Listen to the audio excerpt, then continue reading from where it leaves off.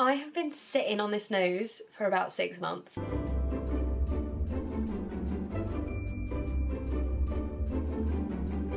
Hello everyone and welcome back. If you don't know me, I'm Alicia and I'm a musical theatre performer and I have some very exciting news. I feel like people have been pestering me for months and months and months. What are you doing next? Is it a tour? Is it West End? Are you going on a cruise ship? Have you got anything lined up? I'm so happy that I can come on now and actually tell you what it is. So the main thing that I've got over the past, I don't even know how long, are you doing the Greece tour? And the answer to that is yes! I'm so excited to get back onto Greece, and we had such a wonderful time. If you've watched the vlogs, you'll know, like, it was just such a family and we had so much fun every single show, and yeah, I can't wait to get back doing it. The extra piece of information here is I will be playing Frenchie. When I actually still, it doesn't make sense coming out my mouth still. Like I actually don't really believe that it's happening yet. It's really quite strange. But we start rehearsals in March and we go on tour from April, so I'm so freaking excited. So I'll be wearing the pink wig and the pink ladies jacket, and yeah, we are touring all the way up and down the UK.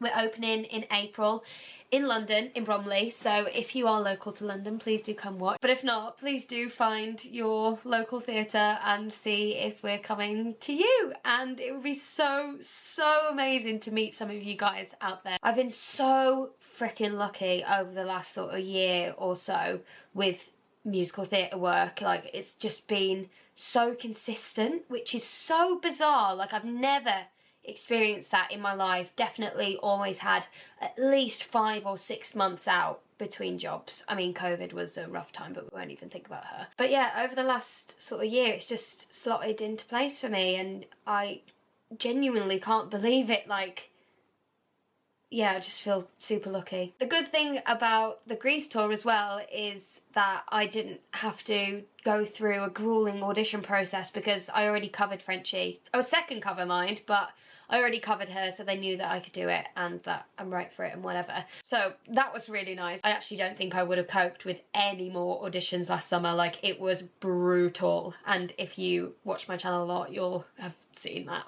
So I thought I'd just use the rest of this video to just say a little hello to everybody that is like new over the past sort of like 6 months or something. Since Greece, I got quite a few new subscribers and I feel so lucky and grateful for that. And I definitely go into a lot of my videos just assuming that everybody knows me and knows who I am and knows my background and everything like that.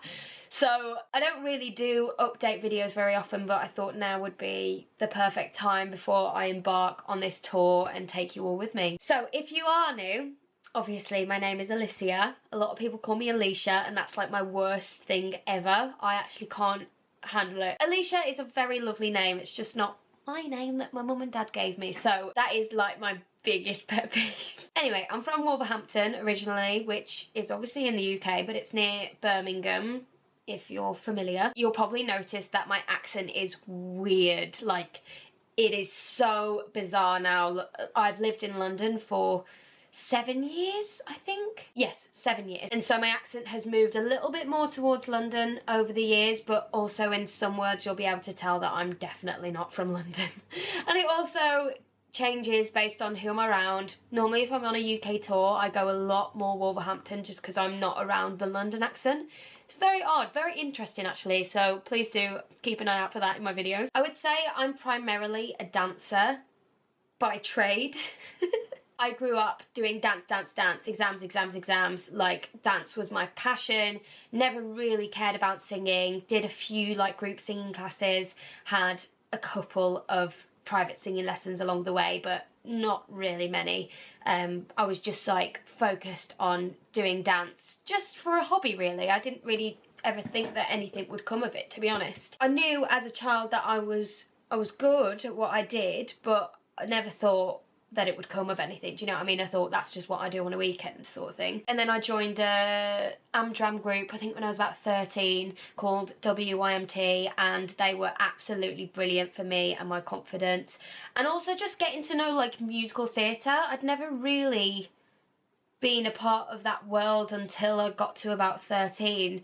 Kind of never really went to watch musicals or listen to any musical theatre. Wasn't really interested, I think, or maybe like not even exposed to it, I'm not really sure, but I definitely didn't think that it was something that I would end up doing as a career. But my Amdram group was really, really cool because me as a 13-year-old, I would always be in the ensemble, which I loved. I learned how to harmony sing and sometimes had a few solo lines, which was a big deal for me. But the people who were playing the leads, like 16-year-olds just about to go to drama school, because I don't know how Wolverhampton like breeds this talent, but there's a lot of people in our industry from Wolverhampton. It's quite mad. Anyway, all of the leads in our Amdram shows were, are people that have done leads in the West End now and are doing amazing stuff. So those people were really, really inspirational to me. It wasn't until I went to sixth form where I thought, oh gosh, this could actually be a career. And the lady who was in charge of my sixth form, she knew all about drama schools and how to audition, what you need to do, what you need to look like, and she was instrumental, I think, for me choosing, no, this is going to be my career and I'm going to do this. And then I ended up going to Bird College, which is in London. A question that I get asked over and over and over again: did you like drama school? Is Bird a good school? Everyone in our industry gets asked these questions because when people are looking to see what schools they want to train at, they're going to ask people who've trained there. I genuinely think no matter what drama school you go to, your experience is based on what you put into it and what you try desperately to get out of it. Nobody's going to hand you it on a plate sort of thing. They put on the classes. If you choose not to go to the classes, that's your own fault, do you know what I mean? So I was a really sweaty person at Bird, and I mean, like, I was trying so hard all the time. You know, never missed a dance class. Very toxic actually, but we won't broach that subject right now. But I was going to every single class, you know, doing work when I got home. It was just crazy, but I did work my little bum off, and I was actually really gutted that I didn't get into arts ed. That's where I think I wanted to go for some reason. Maybe it was classed as one of the best schools back then, I don't really know. But I got the foundation course at arts ed, not the degree, and my parents couldn't afford the foundation course. I couldn't afford the foundation course. And so I ended up going to Bird. I only auditioned for about three schools because I didn't really like the audition processes, honestly. And also when I went to Bird, I just really liked the vibe there, so I just ended up going. But for me, in hindsight, as a performer, Bird was the best school for me to possibly go to. By chance, I had no idea that that would be the case, but I don't think that I'd be where I am now without choosing Bird. And that is because of me as a performer. It's very specific to me. So because I had such a big dance background, I was quite confident with my dance, which is why I thought that I needed to go to somewhere like arts ed to improve my singing.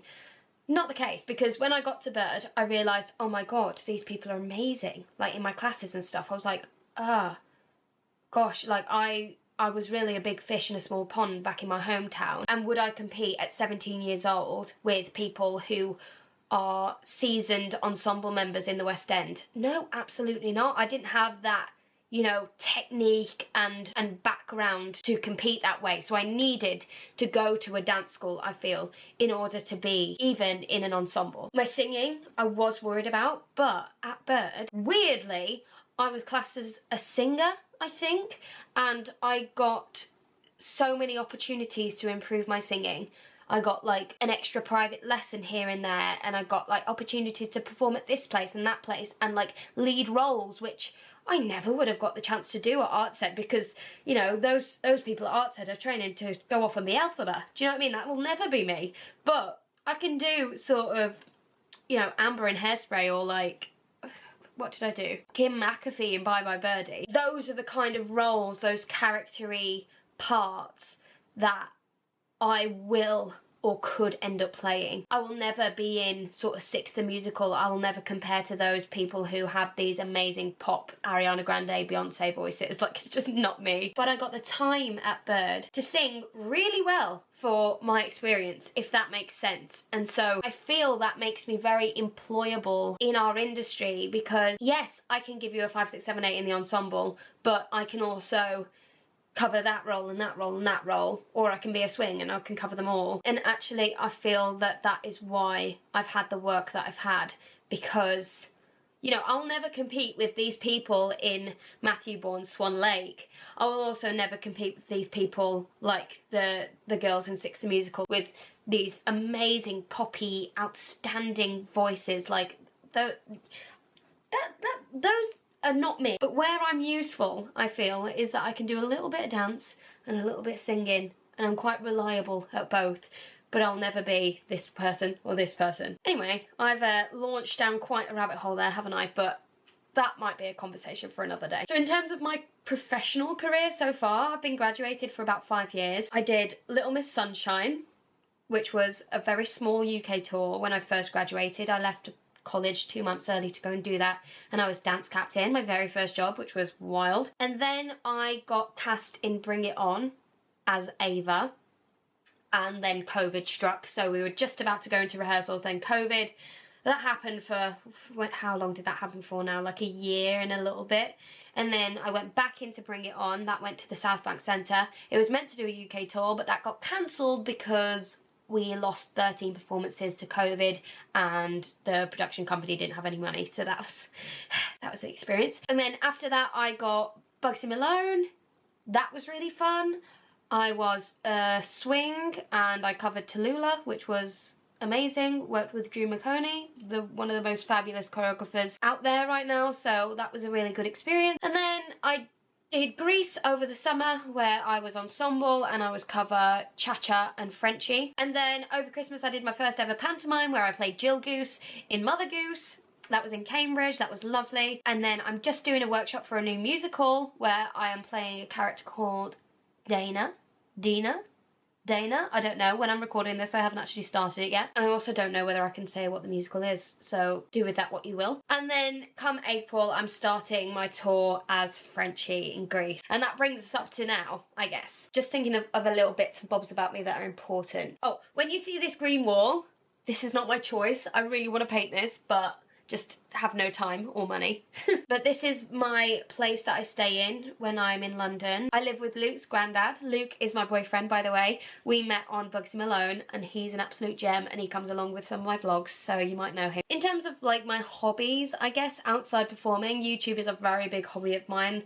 Most of the time I do these videos for me and myself and my memories, but it's just like an added bonus that you guys are coming along with me and experiencing this with me, and it feels like I've got like 1,000 friends that are just rooting for me on the other end of the camera, so that's like really nice. I do lots of reading, mainly psychological thrillers, and I love to travel. Like, I think we went to 4 different countries last year, maybe. Yeah, and I've just been to Berlin, and yeah, I just love seeing the world and living my life as a young person. Also, I'm 25, nearly 26 though. Anyway, I'm gonna stop rambling. I think you've learned enough about me for today. Thank you so much for being here and watching this video. As I said, like, I'm so grateful to have so many people, you know, at home rooting for me. And being in this industry and going to auditions and everything like that, it can be quite a lonely place, so it's so nice to be able to share my experiences with people.